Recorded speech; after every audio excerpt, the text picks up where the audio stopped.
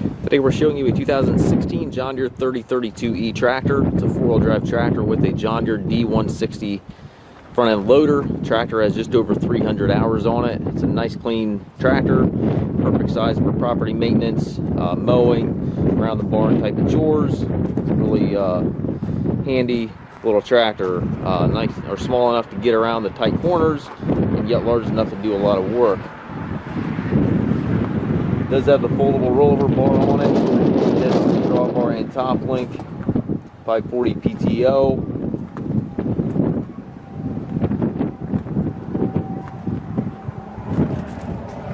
And as you can see, it's a very nice tractor. It does have the hydrostat transmission. You have the twin pedals down on the floor there for your forward reverse, and then the high-low range lever right here to the left of the seat. If you take trades, we also offer financing for qualified customers. We also can arrange delivery here within the U.S. If you have any questions regarding this tractor or any of our other used tractors, please contact us at massedtractor.com.